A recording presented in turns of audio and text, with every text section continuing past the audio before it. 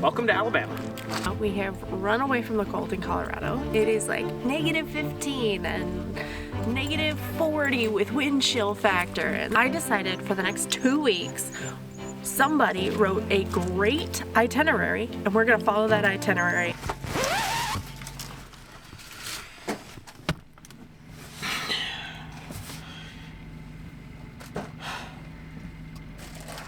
So that plan's not gonna work. We originally were gonna try this road trip.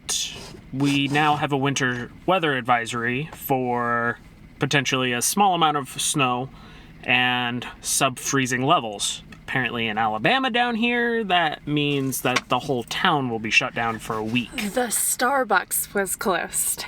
Yeah. So, big thanks to Alabaster Coffee Company. It is super cute. And delicious, like And super good coffee. Probably the best latte I've ever had. And their Wi-Fi was screaming fast. So if you're in the Scottsboro area of Alabama for digital nomads, definitely check it out. Even if you're not a digital nomad, check it out because it was freaking good. Yeah.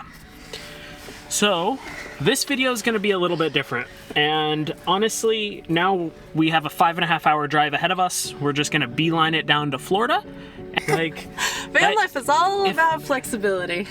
If there's one thing that we've learned throughout all of this, it's go with the flow. Flexibility is super challenging.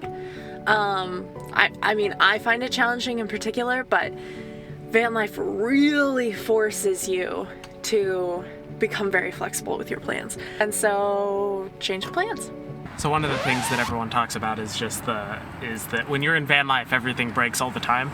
Well, we have two right now, and it's definitely been a trying morning. The water overflowed, and I think that we forgot to take the gray water out like a while ago. So our whole floor is flooded. And on top of that, seeing an electrical issue, so the volt that our starter battery is reading is 12.8. We just drove, and technically that should also be augmented by the solar. When we wake up in the morning, that's all the way down to 11, and so is our solar battery bank system. So we're trying to figure out right now if it's our car battery that's dead, not holding a charge, and then our solar battery banks are just trying to continually, perpetually charge this to no avail, or if we have a short in the system.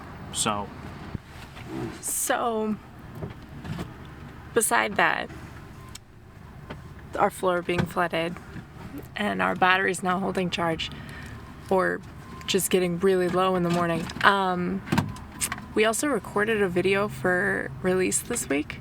Obscenely large is only fun in some circumstances. And the audio was messed up. And so now it was going to be like these 2 new tools that we have for van life for 2024. And I think the universe is telling us to make this video instead, which is to be flexible because originally we were supposed to be in Alabama, now we're in Florida. This has been the trip of taking all of our stuff and moving it in a Walmart parking lot. We've already done this. Flexibility has been super key this whole entire trip. With every aspect of our life. With our travel plans, with our van maintenance, with what we're releasing for work. It's just, let's get this cleaned up. And to make things worse, I have a call with a client that's either happening at 12 or 1. Hey. And now all of our stuff is pulled out. Luckily, it's either in 45 minutes. Or an hour and 45 minutes. Or an hour and 45 minutes, so I better get started on this floor, because we're definitely not driving while it's like this, so. What'd you find out? So, it's not our starter battery. Yes, that's nice, because that's, like $275 in this thing. Because you have to take the fucking seat out? I don't know, this is ridiculous. I went and pulled the fuse from the wire that runs from the starter battery to the DC to DC charge controller. Tested to see if that wire is shorting. Like maybe it got pinched somewhere, maybe it rubbed, and it doesn't seem like it is. So that's where I'm at. And I have scrubbed our floor to about here.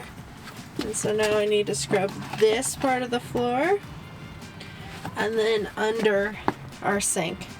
And the under our sink part is gonna be nasty. Same with down here. Poor Seijo is now sleeping with a pile of all of our stuff.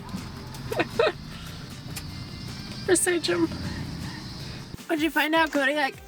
Wherever the camera is. Oh. It's my phone, because we buried the camera. So, I have no idea. Like, legitimately none. We disconnected the front battery from the back battery bank, and both batteries are now holding a charge, which means that it was the solar charge controller, maybe? So, we're gonna basically leave it tonight, see what the charges are in the morning. But I hopped back here and our solar battery bank is plenty charged. I honestly don't know what the problem is right now.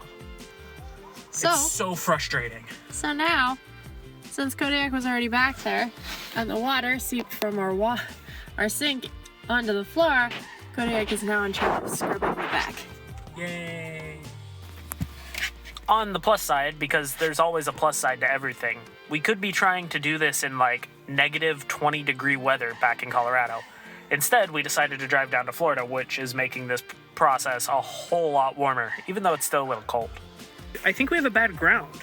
Okay. So the batteries are fully charged, but the grounding block that I used when I test the voltmeter from the positive to the grounding block, I'm getting the voltage that is showing on the thing. The downside to that is that without electrical connectors, I can't fix it right now. The good side to that is that we're not going to destroy anything, so that's a win. But I don't think our fridge is going to run tonight, and our heater should run just fine. I mean, it's been running. It uses such a small amount of power that I don't think anything will really trip it. Is it I don't think it's been running at night. I don't think it's been running for a long time. I told you that. No, it's been running. I've heard it running. I've definitely heard it running. We've had this conversation. We have. I always feel like it's not cold enough. Yeah. Like it's not running properly. So I take it I shouldn't clean the fridge with the remaining shop towels now. Don't clean the fridge right now. That's where we're at. Also, I don't know why it just like all of a sudden broke. Then all of a sudden. So we have to put our entire back away. Everything's back in there. Kodiak's putting the back away. This got broke. This has been an adventure, people. So I am leaving out Here to Slay so we can play tonight. By the way, if you need a two-person game in van life, this and Casting Shadows are both really great games for two people. And I'm done. I'm done for the day. I don't have the ability to do anything else, so I guess we'll see you in the next one. Hopefully, we can re-record the video that we had that the audio was messed up on, and we can actually show you the 2 tools that we got for van life in 2024. We will see you next time.